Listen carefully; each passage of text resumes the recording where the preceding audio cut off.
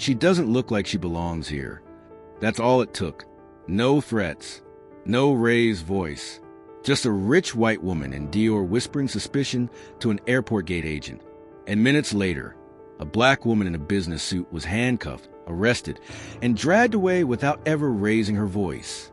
No crime, no cause, just presence, just skin. But what the officers didn't know was that the woman they humiliated in front of dozens of silent witnesses was a federal director of legal affairs, a woman who could audit their entire department with a single phone call, a woman trained not just in law, but in restraint sharper than any badge. Now ask yourself, what airport do you fly out of? And what would have happened if no one filmed it? Welcome to the story of Camilla Darnell, where silence was strength and justice had no uniform. Let's begin. Friday afternoon at Whitmore Regional Airport was nothing out of the ordinary, except for the usual chaos of a long holiday weekend. Flights to Portland were piling up with delays. Gate A7 overflowed with restless passengers, and the rolling thrum of suitcase wheels echoed over polished tiles under the cold glare of fluorescent lights. But amid all that everyday noise, a breathless silence was quietly taking shape. Camilla Darnell, 52, stood still in the priority line for business class passengers. Her navy blue suit was impeccably tailored. A simple Cartier watch peeked out beneath her sleeve. Her hair was tied in a neat bun. No flashy jewelry. No assistant in tow. In her hands, an open iPad with a half-finished legal brief. To most, she looked like a successful professional, but not everyone saw it that way. Just a few steps away, Genevieve Callahan, 61, wearing a cream cashmere coat and Dior sunglasses perched on her perfectly waved blonde hair, glanced at Camilla for the third time. The expression on her face was no longer curiosity. It was irritation, disguised behind deep red lipstick. She nudged a younger woman next to her, likely an assistant, and whispered something, then walked straight up to the check-in counter. "Excuse me," Genevieve said in a voice low enough for the staff to hear, but loud enough for nearby ears to catch. "I don't feel safe. There's someone who doesn't look like they belong in this line. She's been eyeing me and my luggage. You might want to double-check her ticket." That sentence, seemingly harmless, was a distilled essence of centuries of bias. No slurs, no raised voice, just suspicion cloaked in expensive vowels. The young agent behind the counter blinked, visibly uncertain. She glanced at Camilla. She didn't quite know how to respond when a woman in high-end designer, wear radiating authority, quietly suggested she verify the ticket of the black woman in the suit. Camilla looked up just as the agent met her gaze. She'd heard every word, and she knew it wasn't the first time, probably wouldn't be the last. But this time, she didn't shrug it off, didn't smile politely, didn't deflect with a joke. She simply set the iPad down, stood tall, and calmly stepped forward. "Is there a problem?" Her voice was steady, but not soft. Her sharp, dark eyes fixed on Genevieve Callahan, not confrontational, not afraid. Just the gaze of someone long accustomed to being questioned without cause. Genevieve took a half step back, but quickly composed herself. "I'm just concerned," she said, placing a hand protectively on her Hermes bag. It didn't seem like she was really a business class passenger. The agent opened her mouth, but before she could respond, a voice crackled over the airport intercom. "Requesting assistance at A7. Passenger verification needed." 2 airport security officers appeared almost immediately, and just like that, the air shifted. Camilla didn't move. She stared straight at the 2 men approaching. She knew that in this moment, her composure wasn't just a choice. It was her weapon. Heavy footsteps echoed across the cold tile floor of Whitmore Regional Airport. The 2 officers appeared, an older man with salt and pepper hair named Dale Rickman, his pace slow but his eyes sharp as a blade, and the younger one, Nate Larkins, 34, his face taut with authority, every step pulsing with a kind of eager aggression. They approached the business class queue at Gate A7, where Camilla Darnell remained still, unbothered, even as dozens of side glances trailed her like whispers in the air. Beside her, a silver suitcase rested quietly. In her hand, the iPad still displayed a legal brief. She didn't look up when she heard them arrive.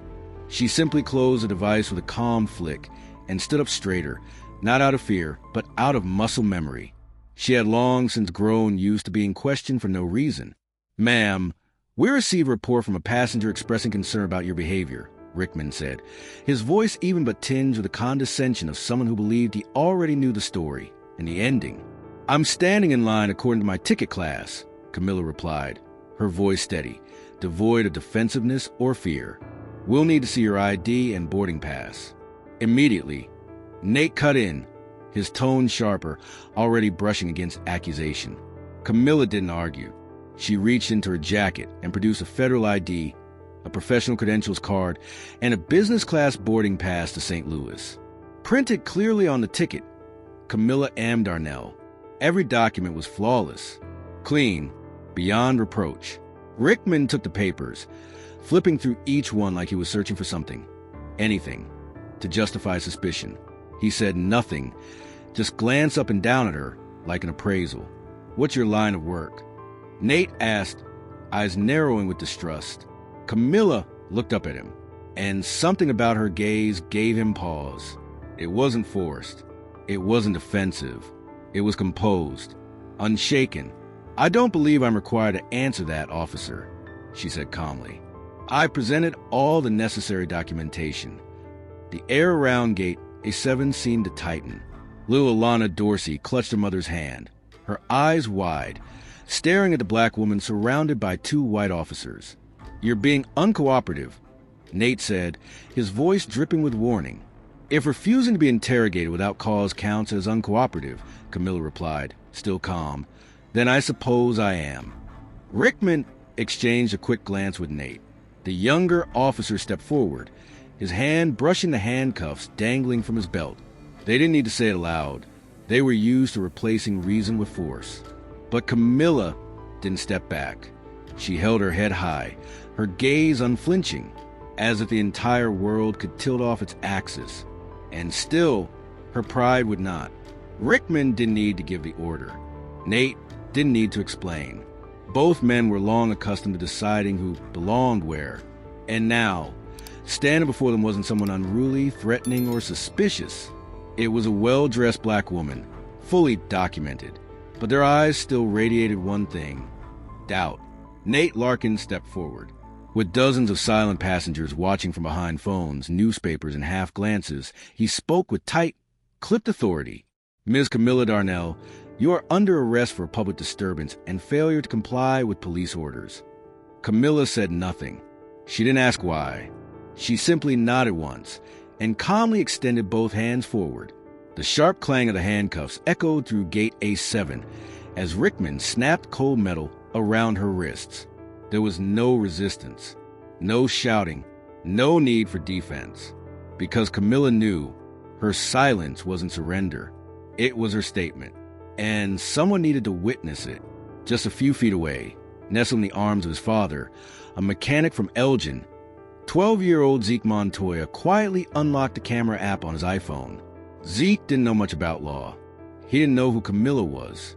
But the way Nate jerked her arms back, the way Rickman pushed a calm, still, respectful woman out of line, it didn't feel right. And Zeke couldn't stay still. In the video, you could hear the officer's voice barking charges as if Camilla were armed. You could see her being pulled hard from the queue. You could hear whispers and gasps from the crowd. But no one stepped forward. One mother covered her child's eyes. Another man turned away, his body language whispering, "Stay out of it. Don't get involved." Camilla was led past Gate A7 like a nameless inconvenience. People returned to their boarding passes, to their coffee cups, to their notifications, as if this moment were just another minor delay. No one recorded the full thing, except Zeke. The clip was only 58 seconds long. That afternoon, he showed it to his dad, who uploaded it to Instagram, then TikTok, then the local high school's Facebook page. Within 3 hours, it had over 700,000 views. By hour 4, the internet had turned into a question too loud to ignore. Why was a well-dressed woman with valid ID treated like a criminal? That single question shook Whitmore Airport out of its silence. Interrogation Room 3 at Whitmore wasn't anything special. Gray walls, metal table, harsh fluorescent lights that stung the eyes. But today, the cold wasn't coming from the AC. It came from the tension trapped between three people. Camilla Darnell, still in handcuffs. Officer Dale Rickman, leaning silently against the wall. And Nate Larkins, seated across from her, his fingers tapping rhythmically against cold steel. Rickman exhaled sharply, lifted the file folder from the table, and asked in a clipped, bored tone, "Name? Occupation? Address?" Camilla looked him straight in the eyes. No flinching, no lowering her gaze. She no longer felt the need to prove anything to these two men. But for the sake of the law, and for the sake of truth, she spoke clearly, slowly. Camilla Althea Darnell, 48, Director, United States Federal Office of Legal Affairs. The air in the room seemed to vanish in an instant. Rickman stopped breathing. Nate's head snapped up, eyes unsteady. But it was Camilla's utter calm that unsettled him most. She didn't yell. She didn't pound the table. She didn't have to. The truth alone had shattered the illusion of power they thought they held. Nate tried to break the silence. "You're saying you're federal?" Camilla's voice was quiet but unwavering. "I'm the one who signs off on investigative audits of people like you, if you want in precise terms." Rickman pushed off the wall like he'd been stung and quickly walked out, needing to verify, or more likely, to escape the choking pressure now closing in. But Camilla already knew. She didn't need anyone to verify her. What needed verifying here was why she, a citizen, a passenger, a black woman standing in the right line, was in this room at all. I presented my ID, my boarding pass, but instead, I got questions about my job, suspicion over my watch, judgment for how I stood. And you believed the baseless words of a white woman in Chanel? Where's she now? Nate didn't answer. The door swung open. Sergeant Benjamin Griggs, the shift supervisor, walked in holding a digital tablet. He glanced at Camilla, then turned to Nate. "She's telling the truth," he said evenly.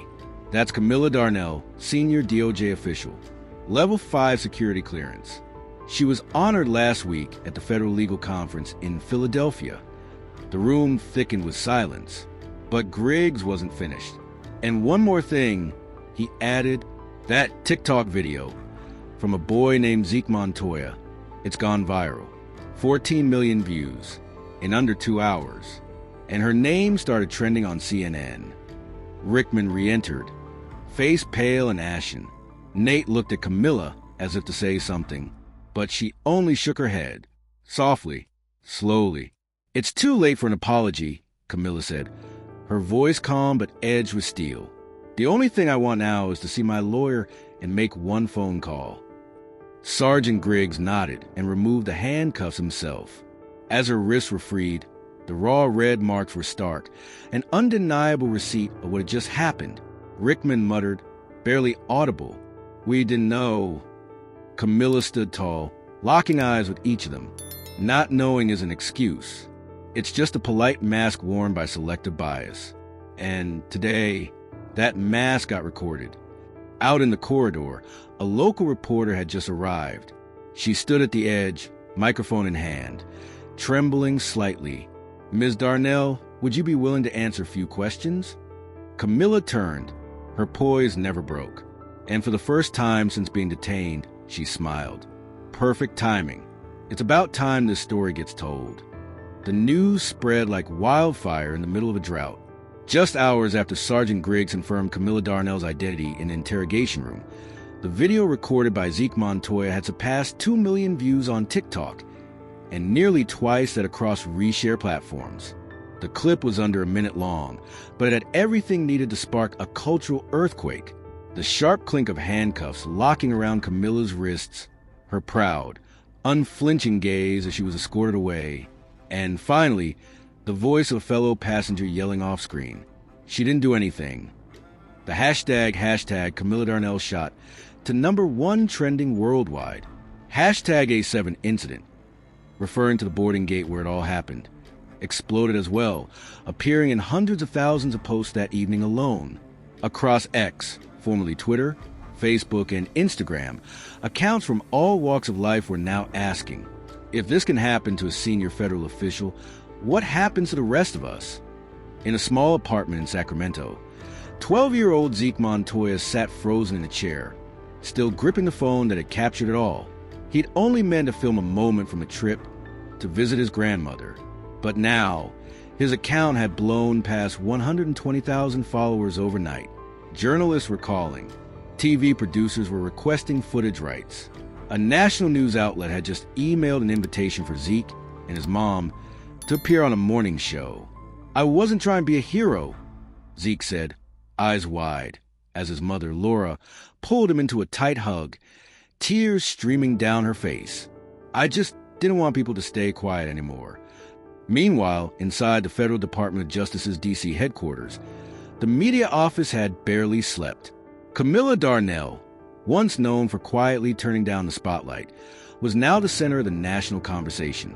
The director of the civil watchdog group Citizen Watch published an op-ed titled, "Why Camilla is the Symbol We Need Right Now." Within one night, it racked up over 5 million reads. Right-wing outlets scrambled to deflect the narrative. Some tried asking, why didn't she just say she was a federal official? But that line didn't last long. Public backlash hit back hard and fast. One viral comment summed it up. If she needs to state her job title to be treated with respect, then we've got a much bigger problem than her job title.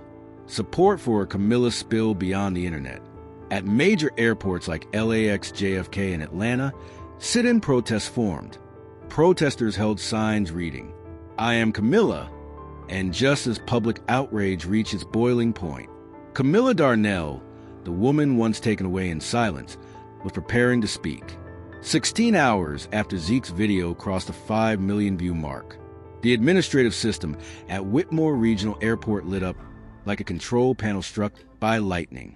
The next morning, 2 faxes came through almost simultaneously, one from the U.S. Department of Justice, one from the Office of the Inspector General of Virginia. Both demanded independent, full-scale investigations into the actions of officers Dale Rickman and Nate Larkins. Within 3 hours, both men were suspended without pay in order to turn in their badges, firearms, and all department-issued equipment.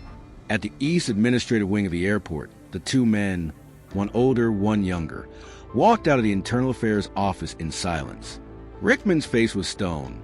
Larkins kept his head down, his fingers clenched tightly around his briefcase handle.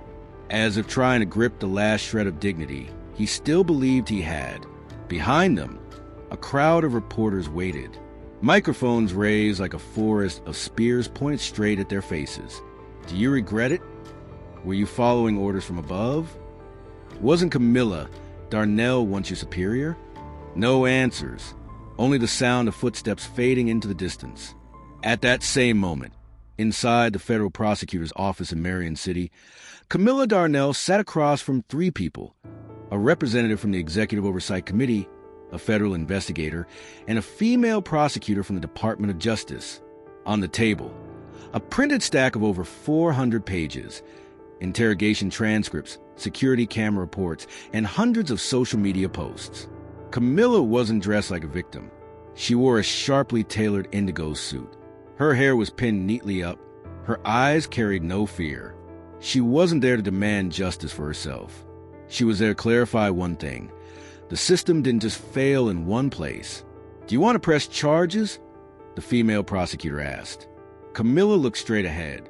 I want Congress to understand that these 2 men aren't the core problem. The problem is how they were trained and how they're protected every time they make a mistake. Her official statement was later released with approval from the Inspector General's office. Detailed, sharp, and entirely non-retaliatory. Just as she once taught at the Judicial Academy. We don't punish to take revenge. We punish to prevent repetition. On national television, a senior MSNBC anchor closed the segment with a line that echoed across the country. Camilla Darnell didn't have to shout. Her calmness forced the system to look in the mirror. But beneath that calm, a storm was building. Federal lawmakers began demanding emergency hearings on abuse of power at airport security checkpoints. A special committee was formed, named the A7 Commission, created to examine unconscious bias and civil rights in public spaces. And in the middle of the hearings, subpoenas, and endless live interviews, Camilla held on to one quiet morning ritual, standing in front of her mirror, locking eyes with herself and saying, "I didn't stay silent. Now it's time to help others speak, too."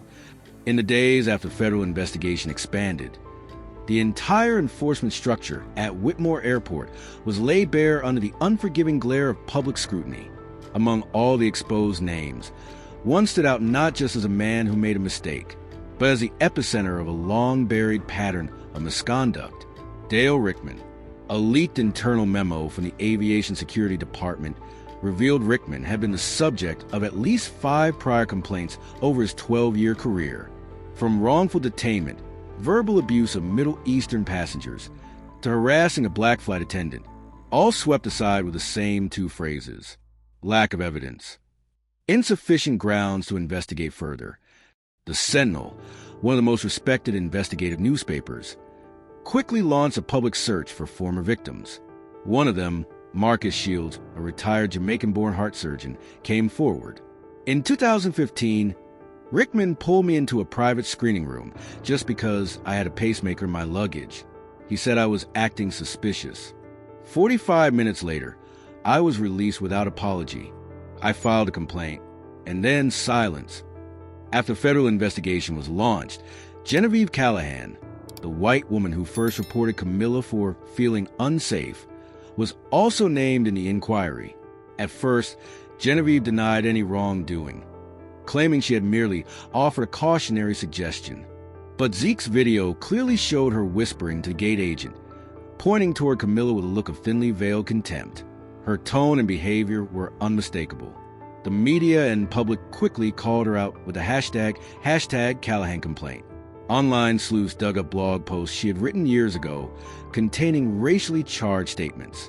A week later, Genevieve was terminated by her law firm for violating the firm's code of professional ethics and severely damaging community trust.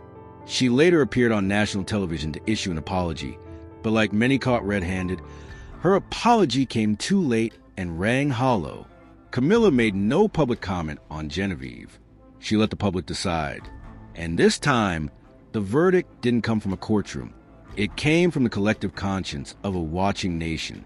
The turning point exploded unexpectedly on Wednesday morning, when Camilla Darnell appeared live on a national news broadcast. Halfway through the segment, the anchor suddenly shifted topics and aired a leaked internal audio recording, sent anonymously by a whistleblower. In the clip, Rickman's voice was unmistakable. If a black woman walks into the priority lane dressed like she belongs in the upper class, check her first. That's a red flag for a faker. The studio fell silent. Camilla, clearly caught off guard, didn't flinch. She simply said, calmly, "So now we've heard the mindset behind the action." Within an hour, the audio spread like wildfire. The hashtag Rickman tape skyrocketed to top 3 nationwide. TV commentators called it the final straw, indisputable proof that the prejudice wasn't situational. It was ideological. Congress's Ethics Committee called an emergency hearing. The director of Whitmore Airport Security, who had previously dismissed multiple complaints, was suspended the same day. One senator declared, "This is no longer an isolated incident. It's systemic decay, and we will cut it out at the root." Camilla didn't post anything on social media, but in a private gathering with Rickman's past victims, she pulled a thick folder from her coat pocket. "We're filing a class action," she said, "not for revenge, but to reset the boundary between power and integrity." And for the first time in years, those who had once stayed silent began to speak. No more hesitation. No more fear of being buried. They had a leader, a clear voice, and this time, the whole country was listening. Camilla Darnell's return to the public didn't happen at a Senate hearing or a press conference. It happened in a community center in Edgewater, where plastic folding chairs crowded under warm fluorescent lights.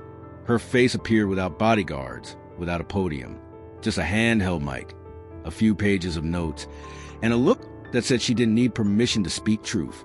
In front of her sat hundreds of people, those who had marched after the A7 incident, veterans, teachers, law students, and many who had once stayed silent, but no longer. Someone asked me, Camilla began, her voice warm and steady, why I didn't demand the harshest punishment for those who humiliated me. The answer is simple. I'm not here for revenge. I'm here for change. The room fell silent. She continued, her gaze sweeping across the audience as if inviting each person to step into the path ahead with her. I want every public service worker, from police officers to airport security personnel, to receive mandatory training on unconscious bias, on civil protection laws, and above all, on human dignity. Applause broke out, soft at first, then swelling into a full wave. But that wasn't the climax. Camilla raised her hand gently to quiet the room. We're launching a project called Bridgepoint, a bridge between policy and the people, not to excuse what's wrong, but to stop it before it begins. Just days later, the Department of Justice's homepage formally announced the Bridgepoint Initiative.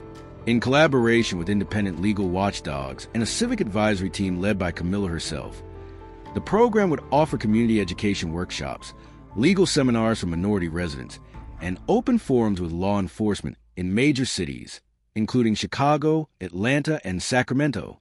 The first event, held in Cleveland, drew over 400 attendees. Notably, among the featured speakers was a 17-year-old teenager, Zeke Montoya, the same young man whose video had ignited a nationwide reckoning.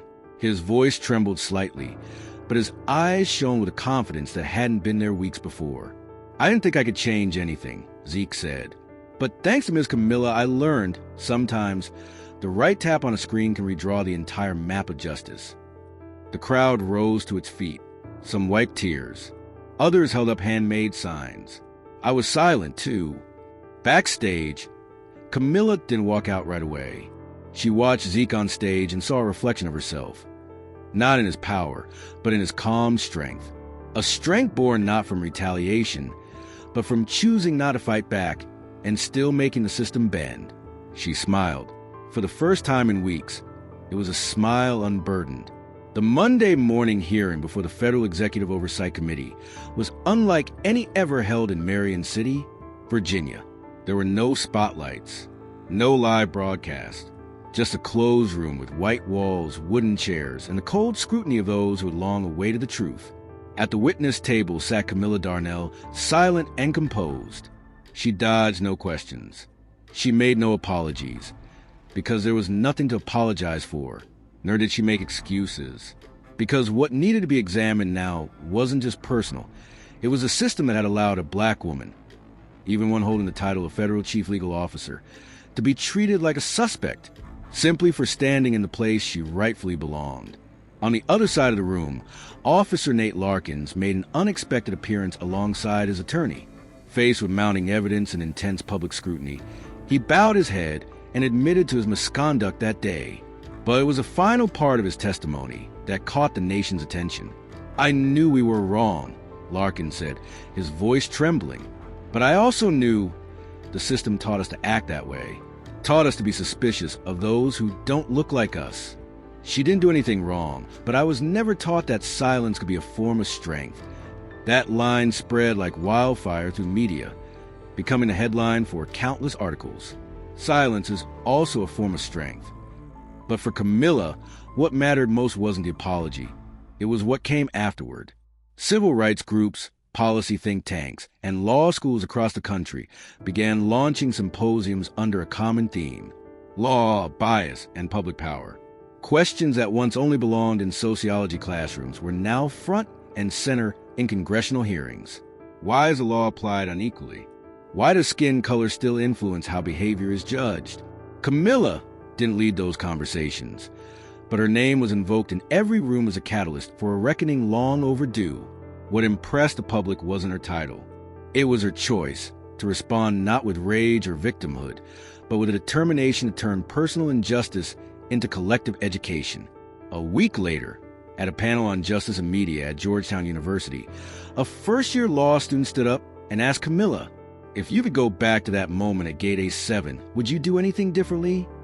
Camilla paused for a few seconds, then answered, no, because I don't change to please others.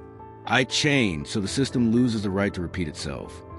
The room erupted in applause.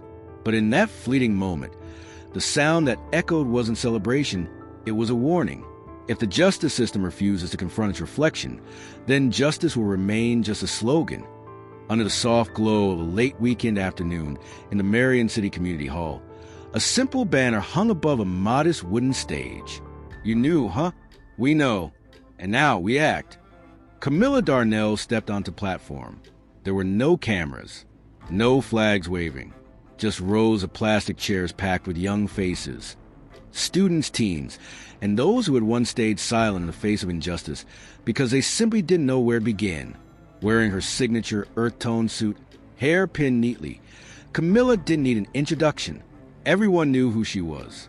Her story, from unjustly handcuffed in an airport gate to becoming a voice for systemic reform, had become a national symbol of calm resistance against bias.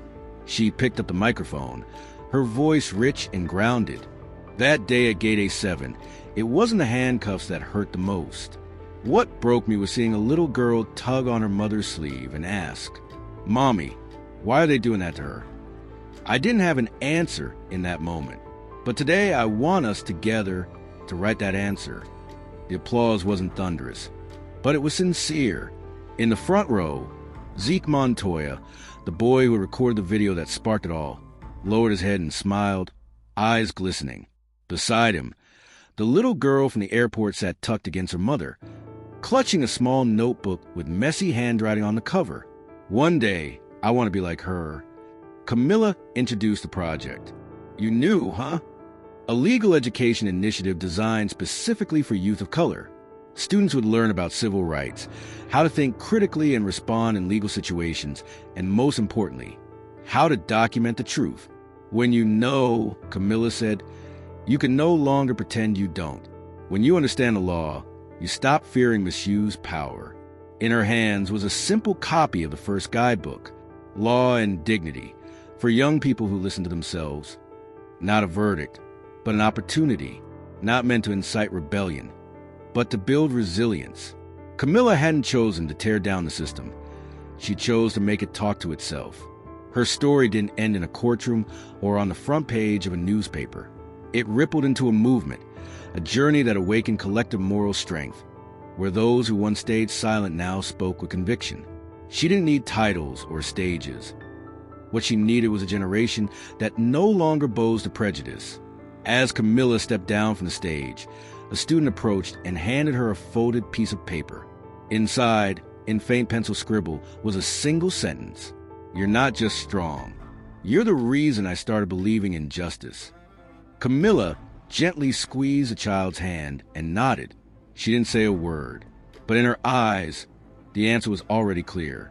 Justice doesn't come from anger. Justice comes from the courage to never stay silent.